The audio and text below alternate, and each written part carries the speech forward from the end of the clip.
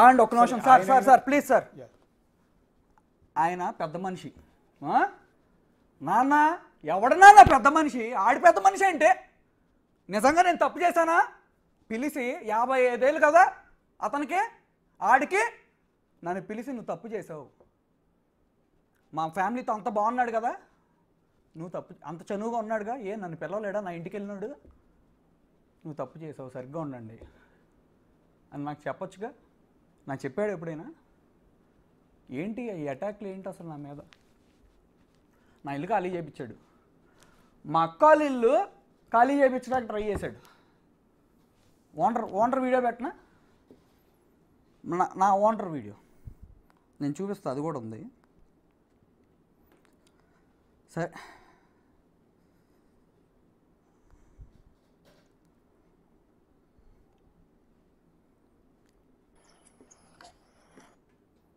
ఇదిగోండి, మనుషులు పంపించాడు.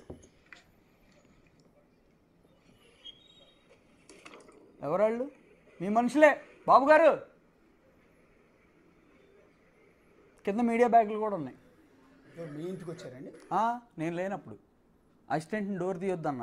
భయం వేసిందండి, భయం వేసింది నిజంగా. ఏంటండి అసలు మా సిస్టర్ వణికిపోతుంది, మా అమ్మ ఎన్ని రోజుల నుంచి ఎడుతుందండి. నిజంగా ఆడాల కోసం మాట్లాడుతున్నాను అంటున్నావే, మా అమ్మ కాదా?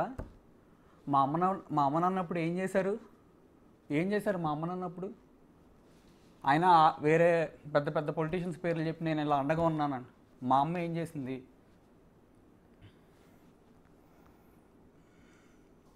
అన్నప్రసన్న చేయలేదండి, అన్నప్రసన్న ఫోటో. ఫస్ట్ బర్త్డే చేయలేదండి. ఫస్ట్ బర్త్డేకి బేబీ సినిమా మ్యూజిక్ డైరెక్టర్తో సాంగ్ కొట్టించి ఆమె పెట్టిన డిఓపిని నేను మాల్దీవ్స్ తీసుకెళ్ళి అక్కడ మంచి సాంగ్ షూట్ చేసి మంచి కాంబినేషన్లో అది యూట్యూబ్లో పెడితే ఎంతమంది చూస్తారు? 10,000 మందిని పిలిచి పెడితే ఎంతమంది చూస్తారు? అదేనండి వీడియో ఒకసారి స్క్రీన్ మీద ప్లే చేస్తున్నాం. చాలా ఉన్నాయి వీడియో. బాబు ఫేస్ డిస్ప్లే అయితే ఏం ప్రాబ్లం లేదా? ఎందుకంటే వద్దులేండి అడుగుగా. ఏంటండి నన్ను అల్లరి చేసేసి ఆడి తండ్రి నేనని తెలీదా? నేనన్నా మడిచి కూర్చునే రకమా? సంవత్సరంన్నరైనా మళ్ళీ లెగిసి నుంచుంటా, గర్వంగా నా కొడుకు మా నాన్న ఈడని చెప్పించుకుంటా. అర్థమైందండి? ఇది మాల్దీవుల్లో వీడియో అండి? అవును. బాబు పుట్టినరోజు. అవును. ఓకే, అంటే కడుపు మీద హ్యాపీగా ఉన్నారు కదా సార్? మాకు ఎప్పుడు చాలా గొడవలు అవుతాయి సార్, అవుతానే ఉంటాయి సార్. అవును సార్, నాకు ఇంట్లో భోజనం దొరకలా, ఎంతసేపు వెయిట్ చేయాలి? రెస్టారెంట్కి వెళ్ళి తింటారా లేకపోతే కడుపు కాల్చుకుని చచ్చిపోతారా? అలాగే నేను కూడా బయటికి వెళ్ళా, ఇంట్లోకి వచ్చిన ఫ్రెండ్స్ అందరినీ వాళ్ళని మొత్తం కలిపేసి సారీ మీ అందరికీ I'm so sorry. Aishwarya Sharma మా అక్క ఫోన్ చేసి ఏడుస్తుంది. నేను అన్నానంట డబ్బులు పడుకుందన్నానంట. నేను సారీ, ఆ అమ్మాయి చాలా మంచిది, అట్టండి అమ్మాయి కాదు. నా వల్ల ఇబ్బంది అయిన మా ఫ్యామిలీకి, నా ఫ్రెండ్స్కి ఐఎమ్ సో సారీ. ఆ రోజు వచ్చిన వాళ్ళు వేరే ఇద్దరు ఉన్నారు. హ్యాపీ డెంట్, అసలు ఆ అమ్మాయి రీతు చౌదరి కాదు, సెకండ్ బిట్లో ఉన్నది. హ్యాపీ డెంట్ తింటే డ్రగ్స్ అంటున్నారు. ఏంటి సార్? ఒక్కసారి అంటే సీసీ ఫుటేజ్కి వెళ్ళే ముందు మీకు ఒకటి చెప్తానండి. మీరు ఇందాక ఒక మీడియా పర్సన్ గురించి అన్నారు. యాజ్ ఏ మీడియా ఛానల్లో ఉండి సార్ నేను మీడియా అనట్లేదు సార్, అలా చేయబాకండి సార్. అట్లా కదా, అట్లా నేనేం క్రియేట్ చేయట్లేదు. అసలు ఏం క్రియేట్ చేయకపోయినా ఆయన ఎవరో తెలియకపోయినా ఆయన నన్ను పట్టుకుని తిడుతున్నాడు బయట. అది కాదు నేను అనేది. ఏంటంటే మీరు ఒక మీడియా పర్సన్ గురించి మాట్లాడారు, పక్క ఛానల్లో ఉన్న వ్యక్తి గురించి మాట్లాడారు. కాబట్టి యాజ్ ఏ మీడియాలో ఉన్న కొన్ని వాల్యూస్ని బట్టి నాకేం అసలు టార్గెట్ కాదు, అసలు నాకన్నా సీనియర్, యాక్చువల్ చాలా సీనియర్, నాకంటే గౌరవం. చెప్పాను కదా నా గురువులు అంటాడని చెప్తున్నాను నేను. నాకు చాలా నిన్నటి వరకు చాలా గౌరవం ఉంది, ఇవాళ కూడా ఉంది. కాకపోతే పెయిడ్ జర్నలిస్టులు అంటూ ఒక ముద్ర వేయటం, మీ నాన్నను తీసుకొచ్చి స్టూడియోలో కూర్చోబెట్టిన పాపానికి మీకు బిఫోర్ నేను పరిచయం ఉందా? మీరు నాకు పరిచయం ఉంది? ఎప్పుడన్నా చూసాము ముఖం? ఎప్పుడన్నా లేదండి. నా ముఖం ఎప్పుడన్నా చూసారు? కనీసం లేదండి. మీకు కూడా తెలుసా అండి, మీతో నేను లైవ్ కాల్ మాడాక మా ఫ్రెండ్ అరే నేను తిట్టాడు తెలుసా ఆయన అంటున్నాడు. తర్వాత చూశాను. విషయం అదేనండి. ఇప్పుడు మీరు ఫస్ట్ ఆవిడ గౌతమి గారిని పిలిచారు, మా వాళ్ళు మా కొలీగ్ పిలిపించాడు, ఆయన కాంటాక్ట్ ఉన్నట్టుంది, పిలిపించాడు ఆవిడ. ఎందుకంటే రీతు చౌదరి ఇష్యూ వచ్చింది, ఇంకొక లేడీ వీడియోలు సోషల్ మీడియాలో పెట్టిన తర్వాత ఎందుకో మాకు తెలియకుండానే కొంత ఇంకొక జీవితం నాశనం అవుతుందో, ఇబ్బంది పడుతుందో అన్న ఉద్దేశంతో ఆవిడ పిలిపించాం. మాట్లాడారు, నేను కూడా చాలా ఫేవర్గా మాట్లాడాను. మాట్లాడిన క్రమంలో ఆవిడ వెళ్ళిపోతూ ఉంటే కింద నా రూమ్లో కూర్చోబెట్టి 5 నిమిషాలు వెళ్ళిపోయేటప్పుడండి, అమ్మ మీ బాధ అంతా నాకు అర్థమైంది, మీరు అన్నది నాకు అర్థమైందమ్మా, మీరు కూడా జాగ్రత్తగా, వాళ్ళు ఎందుకు రియాక్ట్ కావట్లేదని అడిగా, వాళ్ళది ఏ ఊరు అని అడిగా, పలానా హనుమాన్ జంక్షన్ దగ్గరండి అని. హనుమాన్ జంక్షన్లో మాకు కజిన్స్ కూడా ఉన్నారండి, అటు తిరిగి వాళ్ళ సర్నేమ్ ఏంటంటే పలానా కాకాని అని చెప్పుకొచ్చారు. కాకాని ఏంటి, అటు తిరిగి అక్కడ కూడా మా వాళ్ళు ఉన్నారండి, అటు తిరిగి కాసేపుడికి నాకు కూడా బంధువులు అవుతారేమో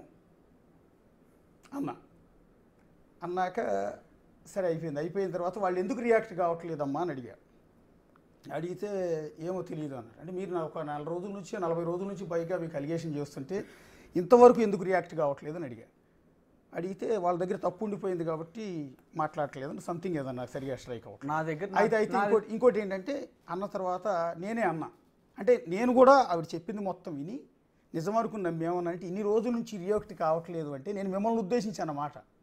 అదొక శాడిస్ట్ మెంటాలిటీ అయి ఉంటుంది, లేదా సైకో మెంటాలిటీ అయి ఉంటుంది. ఇన్ని రోజులు సైలెంట్గా ఎవరు ఉండరు, ఇమ్మీడియట్గా మీరు ఒక అలిగేషన్ చేశారంటే వెంటనే కౌంటర్ ఇస్తారు, మీ మీద అటాక్ కూడా చేయొచ్చాము, ఎందుకని మంచి జాగ్రత్తగా ఉండండి అమ్మా, మీ ఇంటి దగ్గర సెక్యూరిటీ కూడా పెట్టుకోండి, మీ అపార్ట్మెంట్ సెక్యూరిటీ విల్లా సెక్యూరిటీ కాకుండా మీ పర్సనల్గా సెక్యూరిటీ కూడా పెట్టుకోండి అని నేను సజెస్ట్ చేశాను. సీరియస్లీ ఆ రోజు వరకు మీ మీద ఉన్న ఒపీనియన్ నాకు అది. కట్ చేస్తే మరుసటి రోజు మీ నాన్నగారు వచ్చారు, ఆయన చెప్పుకున్నదంతా చెప్పారు, తర్వాత మీరు కూడా లైవ్లోకి వచ్చి కన్నీళ్ళు పెట్టుకున్నారు, చెప్పారు. సో అదే క్రమంలో ఆయన ఒక మీడియా పెద్ద అని అంటూ ఉంటే నేను ఎవరండి ఆ మీడియా పెద్ద అంటే మీడియా వాళ్ళకి ఏం పని ఉంటుందండి, ఇది న్యూస్ కవరేజ్ చేస్తాం, మీ వాదన వినిపిస్తాం, వాళ్ళ వాదన వినిపిస్తాం, అది కూడా ఇంట్రెస్టింగ్గా ఉంటే, లేదా ఊళ్ళో పంచాయతీలను తీసుకొచ్చి పెట్టాం కదా, అది సేలబిలిటీ అయితే జనాలు చూస్తారు అనుకుంటే పెడతామండి.